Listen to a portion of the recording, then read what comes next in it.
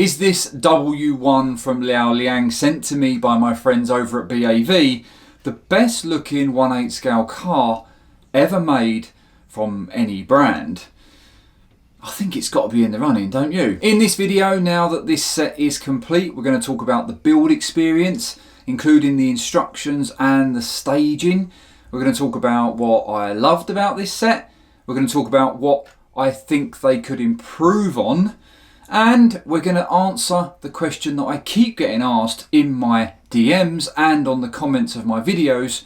Would I spend my own money on these sets? Okay, so the build process. Before this thing actually even arrived, my expectations of it were pretty much zero. BAV had been in touch and said, we've got this new set coming designed by LaoLiang in collaboration with us. We'd love for you to test it and give us your honest opinion. Now, at the time, I'd never heard of LaoLiang. The price point of this thing was relatively low, comparable to, say, the Cada AMG GT3. But I thought, what the hell? It looks incredible. I've got the W1 from Lego, so this seems like a natural evolution of that set. When I started unboxing this thing though, it completely changed my perception of what this could be about. The actual presentation of it was on par with anything I've ever received from Lego or Cada, and again I started to think, price point, is that actually correct? Maybe they've just made it look fancy from the outset, but actually the build process is going to be pretty poor and reminiscent of a lot of the other mocks that I've built over the last 6 or 7 months or so. But then I opened the instruction book, and that was yet more evidence that this set was not your average mock build. It wasn't your average alternative brand set. This had really been considered. Whoever put this together in the end, whether it was LaoLiang, whether it was BAV, whether it was a combination of the two, had really looked at the competition, the highest pinnacle of the competition, and said, we need to do something as good, if not better than them. The first thing that really struck me about how good this was going to be was the way it was staged. I've said this a million times before, and people have argued with me and said they prefer to have all the pieces of the set all over the table, so they like the hunt, they like the struggle of finding the pieces. I'm not so much like that. I prefer to have the pieces that I need just for that stage in a small area, on a tray or in a couple of boxes, so that my wife doesn't want to divorce me for covering a dining room table every night for 2 weeks. This is the first set outside of the Lego group that ticks that box. No matter how many great sets I've built this year, every single one of them required me to have 7 or 8 bags out full of pieces for every stage. That just doesn't work for me really in the real world. 1 bag, 1 stage was absolutely perfect for the way that I construct these sets. So the presentation was right, the staging in the instructions was right, but I still had a niggle. I still thought to myself, surely at that price point, and even using Go Bricks as the brick manufacturer, this can't be that good. It can't be as good as the presentation suggests, because surely it would be in the £250–300 range if it was. Then I started building it, and again the expectations started to shift, because the pieces were smooth. Everything fitted exactly where it was supposed to. The pins didn't need to go in at a funny angle. I still had all my fingers left after the first 5 or 6 stages, which is quite rare with a Technic set. And the best part, something that I have been begging brands to do for as long as I can remember, was that it told you at certain points in the build to stop and check what you'd done. The gearbox, for example, stop and check that it does what it's supposed to do. Arrows showing you and forcing you to actually stop and look at what you've done and say, does it work? Because if it doesn't, get back to that stage and get it redone. In the past, and if you've watched my video on the AMG GT3, which still remains my most viewed video on this channel, despite the fact that I made several mistakes and admitted to those mistakes, it just doesn't do that. It didn't stop me and tell me to check things as I went along, which meant I made the mistakes. Not Cada's fault, it's my fault. But I just wish more brands would take a leaf out of LaoLiang, BAV, whoever it was that finally put this instruction book together, and hold your hand through the build. treat us like idiots. We're not idiots, but sometimes when you're building and you're in the zone and you're against the clock, as all parents are, you miss things. This instruction book forces you to stop at the right point rather than getting 10 stages down the line, realising your gearbox doesn't work and then thinking, there's no way I'm going back, I haven't got time. As the build went along, I thought to myself, it's got to go bad. At some point, there's got to be a point where I say, do you know what? It started well, but it's starting to show its true colours now. Come on, but it didn't. And the best bit, the bit that I was most surprised about, and those of you that have built Technic cars in the past, you'll know what I'm talking about. You normally have 3 sections. You have the middle section and you have the 2 rear axles. And then actually you have 5, because then you have the rear and front bumper. So you have 5 sections that have to connect. They're normally built in isolation, and then 5, 6, 7 pins later, you have to try and line all of those pins up to make it connect. And that can be an absolute pig sometimes. I remember trying to line up the Pagani Huayra BC that I built from BAV. And that set looks incredible. It's massively technical, lots of moving parts, but the joining the pieces for that set was a headache. On this, they slipped in like they weren't even there. They slipped in like the hole was bigger than the pin, but it wasn't. It was a snug fit. It was just so precise. And the best part, and I come back to the instructions on this bit, every time I put a pin in that had the cross section, so it had to go in a certain way, instead of me just putting it in and leaving it and walking away and then 10 steps later realising, oh my god, that's not straight, I need to try and make it straight and it's really difficult because it's tight, the instruction book tells you, forces you to make it straight before you move on. It gives you that diagram to say, make that straight. Don't move on until that's straight, because you're going to need it to be straight in 10, 20, 30 minutes time. Again, holding your hand through the build process. There are also things that I didn't even know were coming, like the amount of moving mechanical parts that make up the foundation of this thing. Before it arrived, I didn't know that it had raise and lower suspension. I had no idea. I thought it was just your standard bonnet, doors and boot, and obviously working pistons. So as I'm building it, I'm thinking, what the hell are all these cogs for, these moving parts, the yellow 4-prong pins? There were so many of them, and I'm thinking, what do they do? But again, the instruction book then makes it obvious. Check, you've just built an airlift system. Make sure that it works. And guess what? It did. Every element of it worked. Even if I hadn't tested any of this thing along the way, it would have all worked by the end. I didn't make a single mistake, which if you've watched any of my videos in the past, you'll know is very, very rare, if not non-existent. So to have made none, and for everything at the end of it to work, is quite remarkable, really. Okay, so what do I love about this set? Well, there's a lot, but I mean, look at it. Look at the way this thing looks. I started this video by saying, is it the best looking 1/8 scale car of all time? There will be a huge debate over that. As I sit staring at this camera now, just to my left is the P1. And I look at the P1 and think, that is a naughty little set, isn't it? Then behind me, as you can see, is the AMG GT3. And that was also an incredible looking set. I even love the Mazda RX-7 that you can see, the Pagani Huayra BC that you can see. I've built some fantastic looking sets. The AMG 1 was incredible. Even the Lego sets, the Lamborghini Sian, the Daytona, the Porsche, the Daddy, the original, the OG 1/8 scale was amazing to look at, if not simplistic compared to stuff like this.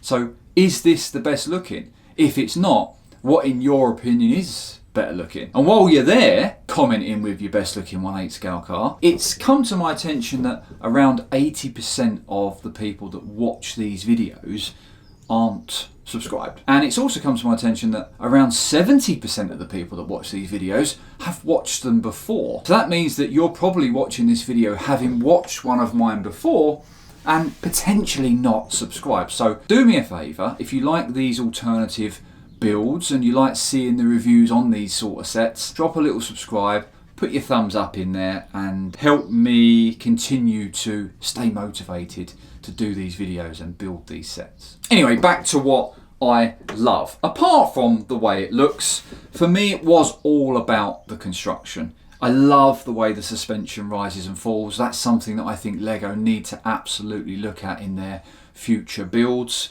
It's something that, for me, I like a car decked on the floor. And with this, you can deck it or you can put it on stilts. When I look at a lot of the LEGO builds over the last few years, they've got one setting on stilts. The stance is poor, the wheels don't fill the arches properly, and they've just not given that consideration to the petrol head community. I think this was designed by someone who loves cars. This was designed by someone that loves the fact that we as petrol heads like things decked on the floor. We love to look at something and think that is so mean and so aggressive and so not something we would ever have in real life.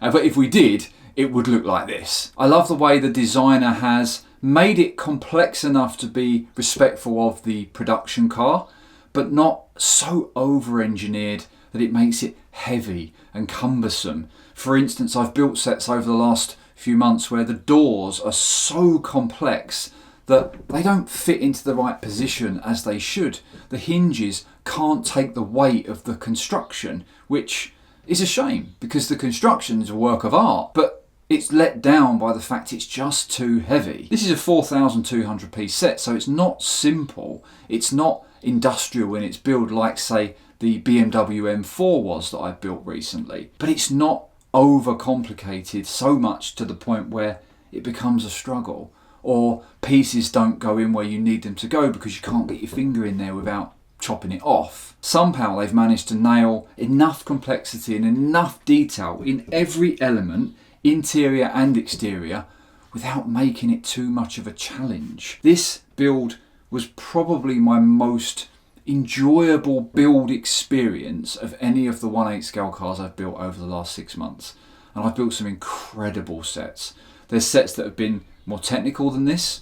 The AMG GT3 from Cada, for example, was an absolute marvel. It's in a league of its own. That many pieces in a footprint that big. It's not been repeated since, and it will probably not be repeated again, certainly by LEGO. But in some instances, that was slightly over-engineered. This, at 4,200 pieces, feels just right. The right amount of complexity for people that love a challenge, but also the right amount of simplicity for people that like these type of sets to relax them and take them away from the chaos of life. But the thing I love most about this set is that everything works. The gearbox, the suspension lift, the engine, everything does exactly what it's supposed to do. The spoiler retracts as the rear end of the car comes down. The steering does what it's supposed to do, although I will come on to the steering in a second because I think that's one area they could have potentially improved on. Okay, so what do I think they could do better if they did this again? I mentioned just now the steering. A couple of people messaged me when I was starting to build this set and said there was an alternative way of doing the steering. Now, the steering on this set is unlike anything I've ever seen on a 1/8 scale car. It kind of goes, it doesn't just turn, it dips. Now, it's kind of reminiscent of a sports car. It's probably reminiscent of the production car in the way that it turns and dips. But I'm not so sure it works with a Technic set. I think I would have liked to have seen them perhaps keep it a bit simpler with the steering construction, which might have made it a little bit more usable and also might have got rid of some of the play that is in the suspension front and back. I think that's another area that is, you wouldn't notice it by watching it now and looking at it. It looks like it's got great stance, it sits at the right height. But if I lift this set off the ground, it drops massively. There's a hell of a lot of play in that suspension setup. And I think that's because of the lift functionality. They've had to build it that way.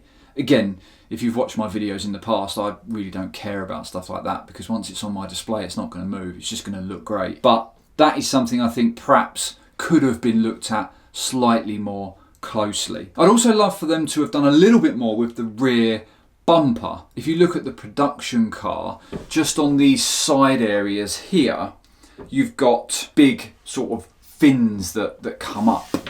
And they've kind of left them off on this, which to me makes the rear bumper look a little bit unfinished.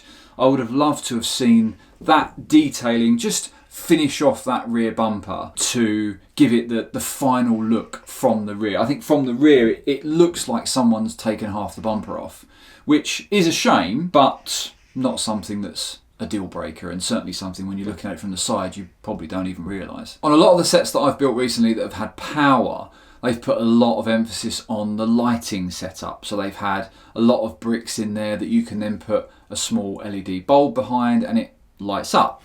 Obviously this doesn't have those powered elements, and in the main I love the fact it's not powered. I actually don't like the powered sets. They just overcomplicate the build and take away from the interior detail. But I think they definitely could have done more with the light arrangement on both of these cars. Really on the rear it's kind of non-existent other than the red rubber strip. On the front you've got one piece, which again could well be reminiscent of the production car, but I think the detailing around the lights could have been slightly improved. I think the wing mirrors are overly simplistic, don't really do the rest of the build justice. Again, it doesn't bother me too much. Maybe it's reminiscent of the production car. They've got very small wing mirrors possibly, but it just feels like an oversimplification of what should have been perhaps something a little bit more detailed. But to be honest, I'm nitpicking.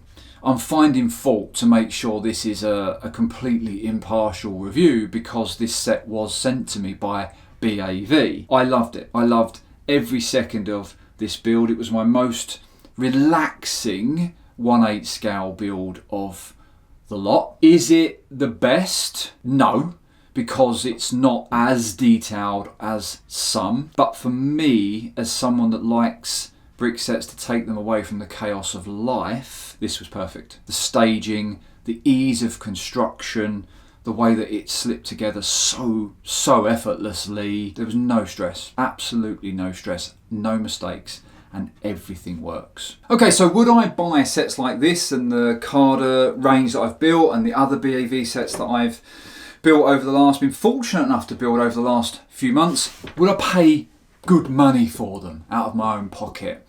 Well, here's the story.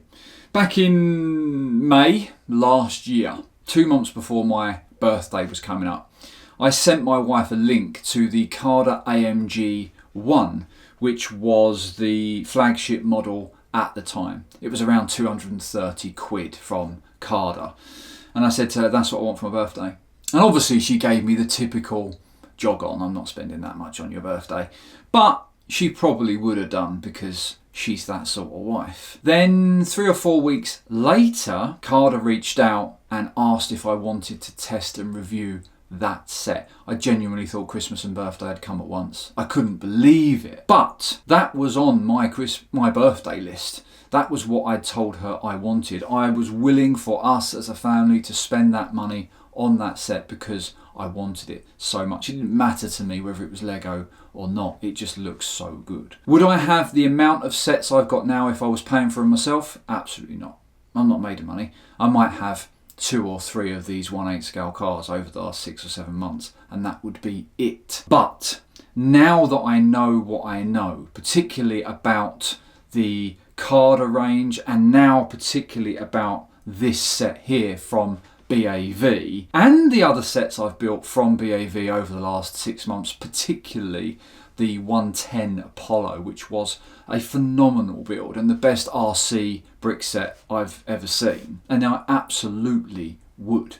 At these price points, you cannot go wrong. You know, I've paid 300 quid plus for all of my Technic 1/8 scale cars over the last 8 years or so. At the price point these are at, it's a no-brainer. If you're someone that thinks about the resale value and that's why you don't buy sets like this, then you're not really a true builder, you're a seller. And that's fair enough. But actually, I think you'll be surprised how much people would pay for sets like this on the second-hand car market. I think they're definitely going to start up in the value, especially when they go discontinued and you can't buy them anymore because they are that good. So there you go.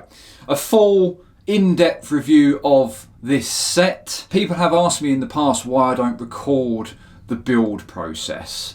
And I've said I categorically don't do that. When I'm building, there's a purpose behind me building, and that's to relax.